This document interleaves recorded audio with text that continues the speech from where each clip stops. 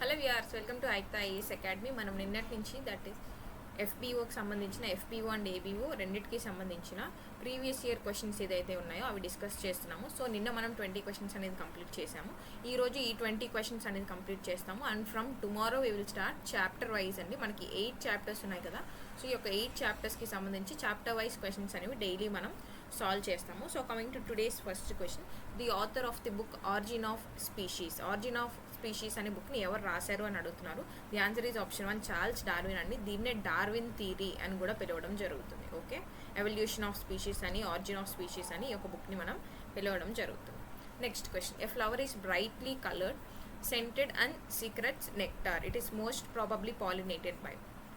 పాలినేషన్లో మీరు ఈ యొక్క టాపిక్ చూస్తారు. ఒక ఫ్లవర్కి ఈ యొక్క క్యారెక్టరిస్టిక్స్ అనేవి, అంటే కలర్ కావచ్చు, దాని యొక్క పర్ఫ్యూమ్ స్మెల్, ఓడోర్ కావచ్చు, దాని యొక్క ఫీచర్స్ కావచ్చు, ఇవన్నీ వచ్చాయి అంటే మోస్ట్ ప్రాబబుల్గా దాని యొక్క పాలినేషన్ అనేది ఎలా జరుగుండొచ్చు అని అడుగుతున్నారు. The answer is option 1, insects. Insects ద్వారా జరిగిన పాలినేషన్కి మాత్రమే ఈ యొక్క ఫీచర్స్ అనేది రావడం జరుగుతుంది. Next question, transfer of పాలన్ grains through wind is known as. Wind ద్వారా పాలన్ గ్రెయిన్స్ అనేవి ట్రాన్స్ఫర్ అయ్యి పాలినేషన్ అనేది జరిగి తర్వాత దాని యొక్క అవుట్పుట్ అనేది కనుక వస్తే దాన్ని ఏమంటాము అని అంటున్నారు. ది ఆన్సర్ ఈజ్ ఆప్షన్ 1, యానిమోఫిలీ అండి. విండ్ ద్వారా జరిగితే యానిమోఫిలీ అంటాము, వాటర్ ద్వారా జరిగితే హైడ్రోఫిలీ అంటాము, ఇన్సెక్ట్స్ ద్వారా కనుక జరిగితే ఎంటమోఫిలీ అంటాము, అదే బర్డ్స్ ద్వారా కనుక జరిగితే ఆర్నిథోఫిలీ అని పిలవడం జరుగుతుంది. Next, genes controlling the body characteristics are founding. మన హ్యూమన్ బాడీస్లో బాడీ క్యారెక్టరిస్టిక్స్, మనకంటూ కొన్ని క్యారెక్టరిస్టిక్స్ ఉంటాయి కదా. ఇవి ఎక్కడ ఉంటాయి యాక్చువల్లీ? జీన్స్. మనం నార్మల్గా అంటుంటాం కదా, మీకు మీ నాన్న జీన్స్ వచ్చింది, మీ తాతయ్య జీన్స్ వచ్చింది అంటుంటారు కదా. సో ఈ యొక్క జీన్స్లో ఉండేటువంటి క్యారెక్టరిస్టిక్స్ అనేవి దేనిలో ఉంటాయి అని అడుగుతున్నారు. Answer is option 3, sperms and eggs అండి. స్పర్మ్స్ అనేవి మేల్లో ఉంటాయి, ఎగ్స్ అనేవి ఫీమేల్లో ఉంటాయి. ఇవి రెండు కలిపి ఫర్టిలైజేషన్ జరిగినప్పుడు ఏమవుతుంది, మనకి జైగోట్ అనేది ఫామ్ అవుతుంది. ఈ యొక్క జైగోటే 9 months తర్వాత బేబీగా ఫామ్ అవడం అనేది జరుగుతుంది అనమాట. సో ఈ యొక్క జీన్స్ అనేవి ఎక్కడ ఉంటాయి? స్పర్మ్స్ అండ్ ఎగ్స్లో ఉంటాయి. Next question, grafting method. Grafting అంటే ఏంటి? జనరల్గా ఒక ప్లాంట్ ఉంది అని అనుకోండి, ఈ యొక్క ప్లాంట్ నుంచి ఒక పార్ట్ని మనం తీసి ఇంకొక ప్లాంట్ చేస్తాం అనమాట. ఓకే, ఈ ఇంకొక ప్లాంట్ని చేయడాన్ని గ్రాఫ్టింగ్ అని అంటాం. ఇది ఒక మెథడ్ ఆఫ్ ఇంక్రీజింగ్ అఫారెస్టేషన్ అనమాట. మరి ఈ యొక్క గ్రాఫ్టింగ్ మెథడ్లో రూటెడ్ ప్లాంట్ని ఏమంటాం అంటే, ఇది రూటెడ్ ప్లాంట్, ఇది మెయిన్ ప్లాంట్ అనుకోండి, దీన్ని ఏమంటాము? స్టాక్ అని అంటాం అనమాట. మరి స్టెమ్ ఏదైతే కట్ చేస్తున్నామో, ఈ యొక్క ప్లాంట్ని స్టెమ్ కట్ చేస్తున్నాం కదా, కట్ చేసి ఇది చేస్తాము అన్నాం కదా, ఈ యొక్క కట్ చేసిన పార్ట్ని ఏమంటారు అని అంటున్నారు. సియాన్ అని పిలవడం జరుగుతుంది. Okay, next question, by self pollination the seeds are formed. Self pollination జరగడం ద్వారా, సెల్ఫ్ పాలినేషన్ ఉంటుంది, క్రాస్ పాలినేషన్ ఉంటుంది. ఇందాక మనం చూసాం కదా, యానిమోఫిలీ అని చూసాం, హైడ్రోఫిలీ అని చూసాము, ఎంటమోఫిలీ అని చూసాం. ఇలా డిఫరెంట్ టైప్స్ ఆఫ్ పాలినేషన్స్లో సెల్ఫ్ పాలినేషన్ అనేది జరిగినప్పుడు సీడ్స్ అనేవి ఫామ్ అవుతాయి కదా. ఆ సీడ్స్ అనే వాటి స్టేటస్ ఎలా ఉంటుంది అంటే వీక్గా ఉంటుంది. సెల్ఫ్ పాలినేషన్లో సీడ్స్ చాలా వీక్గా ఉంటాయి, రైట్.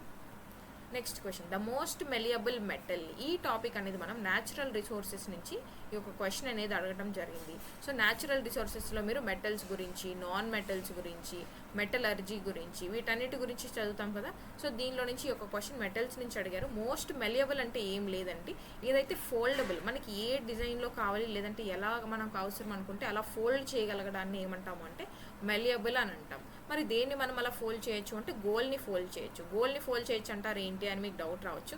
ప్యూర్ గోల్డ్ కనుక మీరు తీసుకుంటే, ప్యూర్ గోల్డ్ని మనం ఏ ఫామ్లో కావాలనుకుంటే ఆ ఫామ్లోకి మనం డిజైన్ చేసుకోవచ్చండి. అంత ప్యూర్ గోల్డ్ మనం తీసుకున్నప్పుడు అది అంత సాఫ్ట్గా ఉంటుంది. సో దట్ ఈజ్ వై మనం వేరే మెటల్స్ అనేవి యాడ్ చేసి అల్లాయ్గా చేసి దాని యొక్క ప్యూరిటీని తగ్గిస్తాము. దట్ ఈజ్ వై అది ఏమవుతుంది, స్ట్రాంగ్గా తయారవుతుంది, రైట్.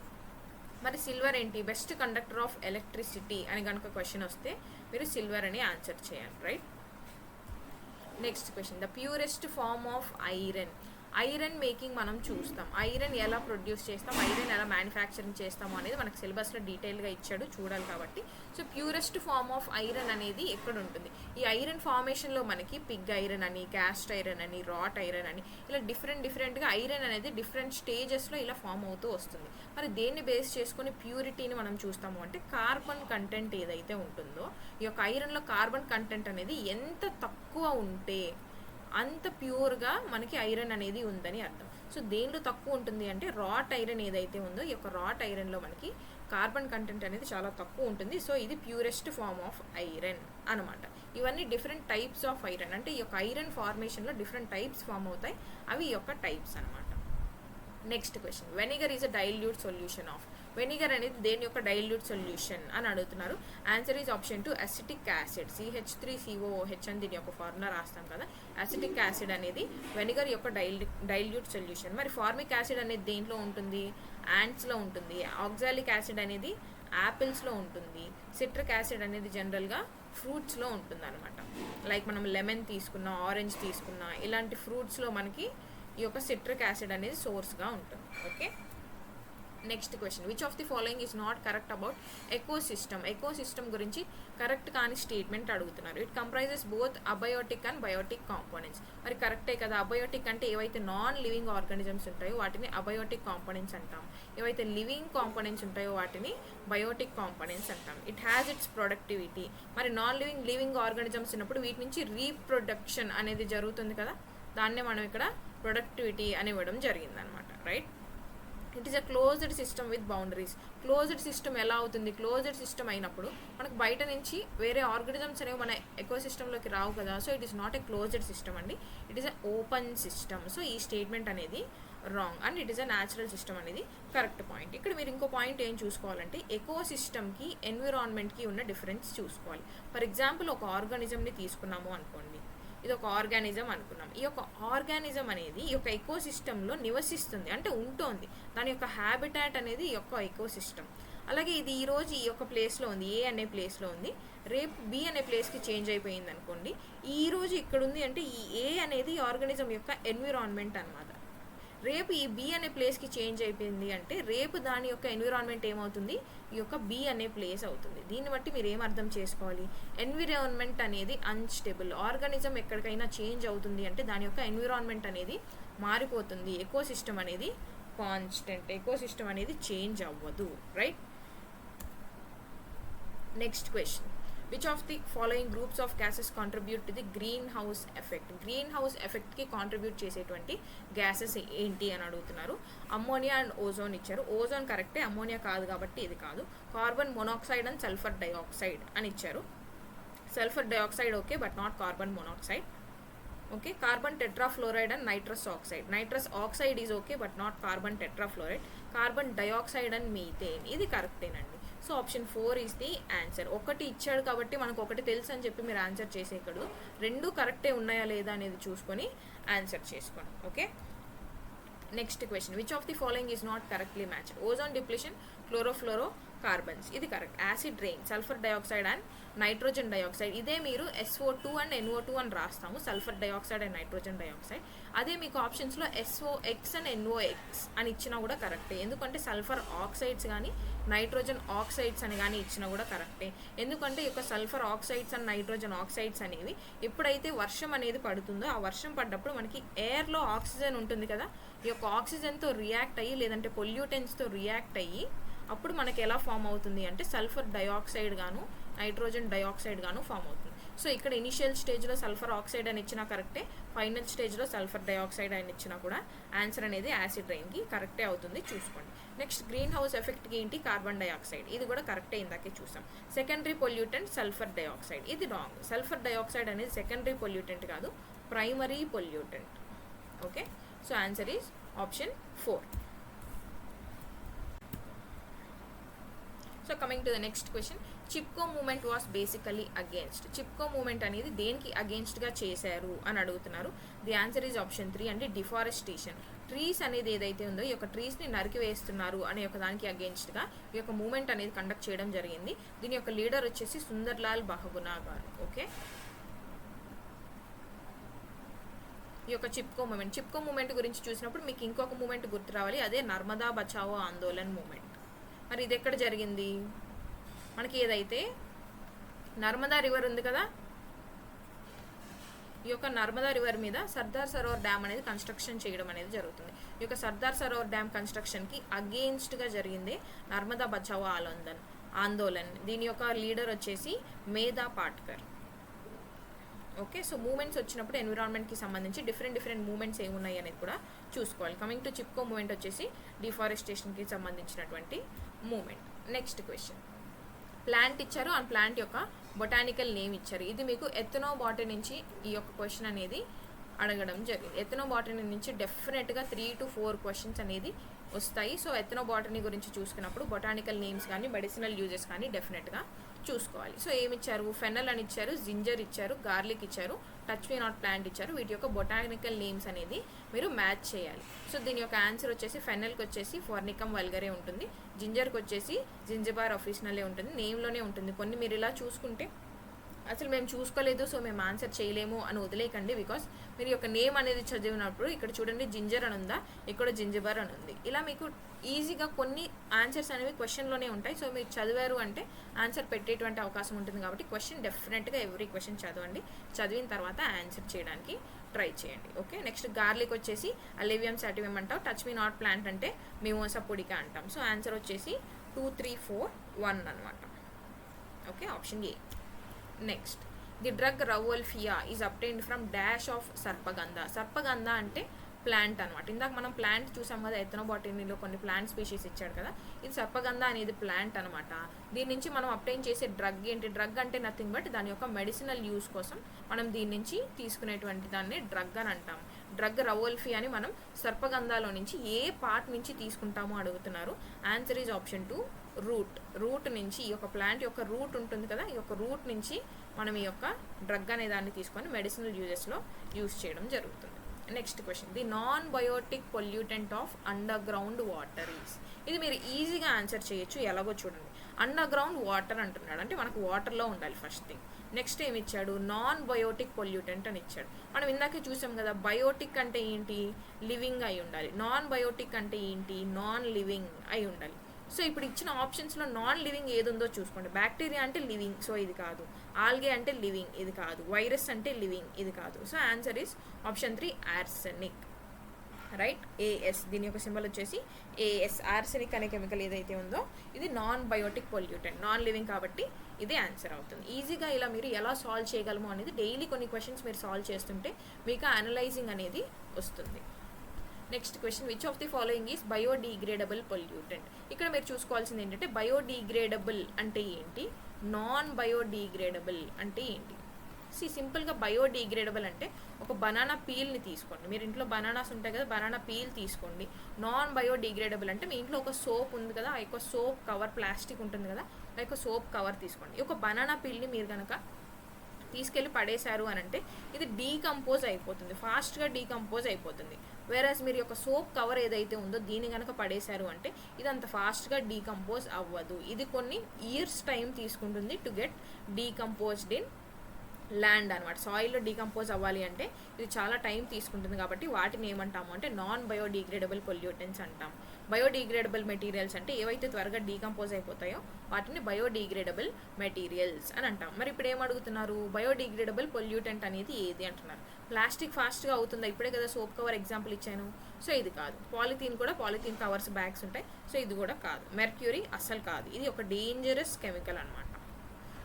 సో ఇది అసలు ఆప్షన్ కాదు. కాబట్టి answer will be natural rubber. ఇక్కడ రబ్బర్ ఒకటే అని ఇచ్చాడు అని అంటే కూడా మనం తీసుకోవడానికి అవ్వదు. న్యాచురల్ రబ్బర్ అనేది మనకి ట్రీస్ నుంచి కానీ ప్లాంట్స్ నుంచి కానీ వస్తుంది కాబట్టి so this will be the answer. Next question, which of the following is not correctly matched. Not correctly matched అడుగుతున్నారు. ఇక్కడ ప్లాంట్స్ ఇచ్చాడు, ప్లాంట్స్ నుంచి ఏ యొక్క ప్లాంట్ పార్ట్ని మనం యూస్ చేసుకుంటాము అని అడుగుతున్నాడు. రైట్, అర్జున అనే ప్లాంట్ నుంచి మనం ఏం యూస్ చేసుకుంటాం, బార్క్ యూస్ చేసుకుంటాం. అశ్వగంధ నుంచి రూట్ అండ్ అండర్ గ్రౌండ్ పార్ట్ని యూస్ చేసుకుంటాం. ఫెనుగ్రీక్ అంటే అవి సీడ్స్, మనకు తెలుసు కదా, ఆ యొక్క సీడ్స్ యూస్ చేసుకుంటాం. టర్మరిక్ వచ్చేసరికి లీఫ్ కాదండి, మనం రూట్ని యూస్ చేసుకుంటాం. Right, so answer is option 4. So coming to the announcement, మన ఆయుక్త అకాడమీలో ఏపీ ఫారెస్ట్ ఆఫీసర్కి సంబంధించిన ఎఫ్పిఓలో జనరల్ సైన్స్ ఏదైతే ఉందో ఈ యొక్క జనరల్ సైన్స్కి బ్యాచ్ అనేది లాంచ్ చేయడం జరిగింది. జూలై 9th నుంచి క్లాసెస్ ఆల్రెడీ స్టార్ట్ అయ్యాయి. పర్ డే 2 క్లాసెస్ తీసుకోవడం జరుగుతుంది, morning session and afternoon session. Coming to the course details, 50+ hours of live and recorded classes అనేవి అవైలబుల్గా ఉంటాయి. లైవ్ క్లాసెస్ జరుగుతాయి, ఆ యొక్క వీడియోస్ అనేవి మీకు రికార్డెడ్ కూడా ఇవ్వడం అనేది జరుగుతుంది. ఓకే, అండ్ ప్రిలిమ్స్ అండ్ మెయిన్స్కి యూజ్ అయ్యేలాగా ఈ యొక్క క్లాసెస్ అనేది డీల్ చేయడం జరుగుతుంది. సో దట్ మీరు మెయిన్స్ ఎగ్జామ్ అయ్యే వరకు కూడా ఈ వీడియోస్ అనేవి నెంబర్ ఆఫ్ టైమ్స్ రివైజ్ చేసుకోవచ్చు. And as per new syllabus classes అనేది తీసుకుంటారు. And bilingual classes, that is Telugu and English మీడియంస్లో క్లాసెస్ అనేవి తీసుకోవడం జరుగుతుంది అనమాట. And along with this class notes ఏదైతే ఉందో ఈ యొక్క క్లాస్ నోట్స్ కూడా మీకు ప్రొవైడ్ చేస్తారు. And with this most important test series కూడా ఇస్తారు. మనకి ఏవైతే జనరల్ సైన్స్లో 8 టాపిక్స్ ఉన్నాయో ఈ 8 టాపిక్స్కి individual chapter wise practice questions ఇస్తారు. And along with this 2 complete full length test అనేవి కూడా కండక్ట్ చేయడం జరుగుతుంది అనమాట. So these are all part of Aayukta academy general science part B fast track batch.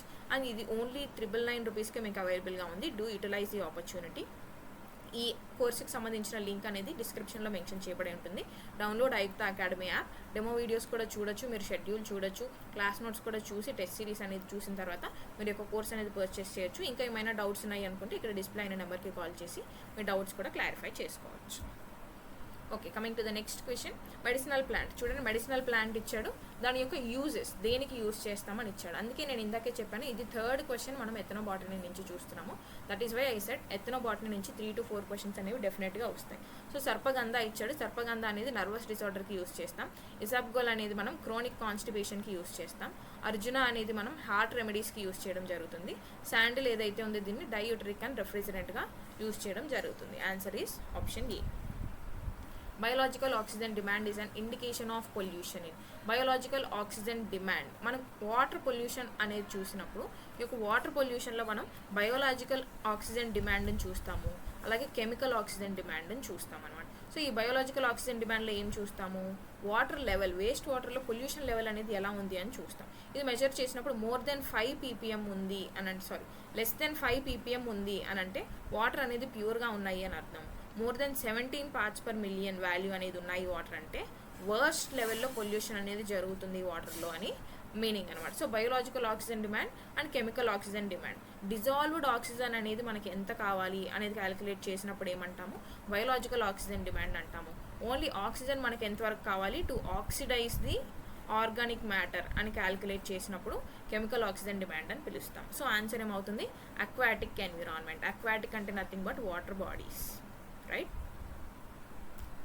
Next question, which of the following is not related to air pollution. Air పొల్యూషన్కి సంబంధించింది కాంది ఏది అంటున్నారు. Smog. Smog అంటే nothing but smoke plus fog అనేది form అవుతుంది, ఇది part of air pollution. Acid rain అనేది కూడా పార్ట్ ఆఫ్ ఎయిర్ పొల్యూషన్.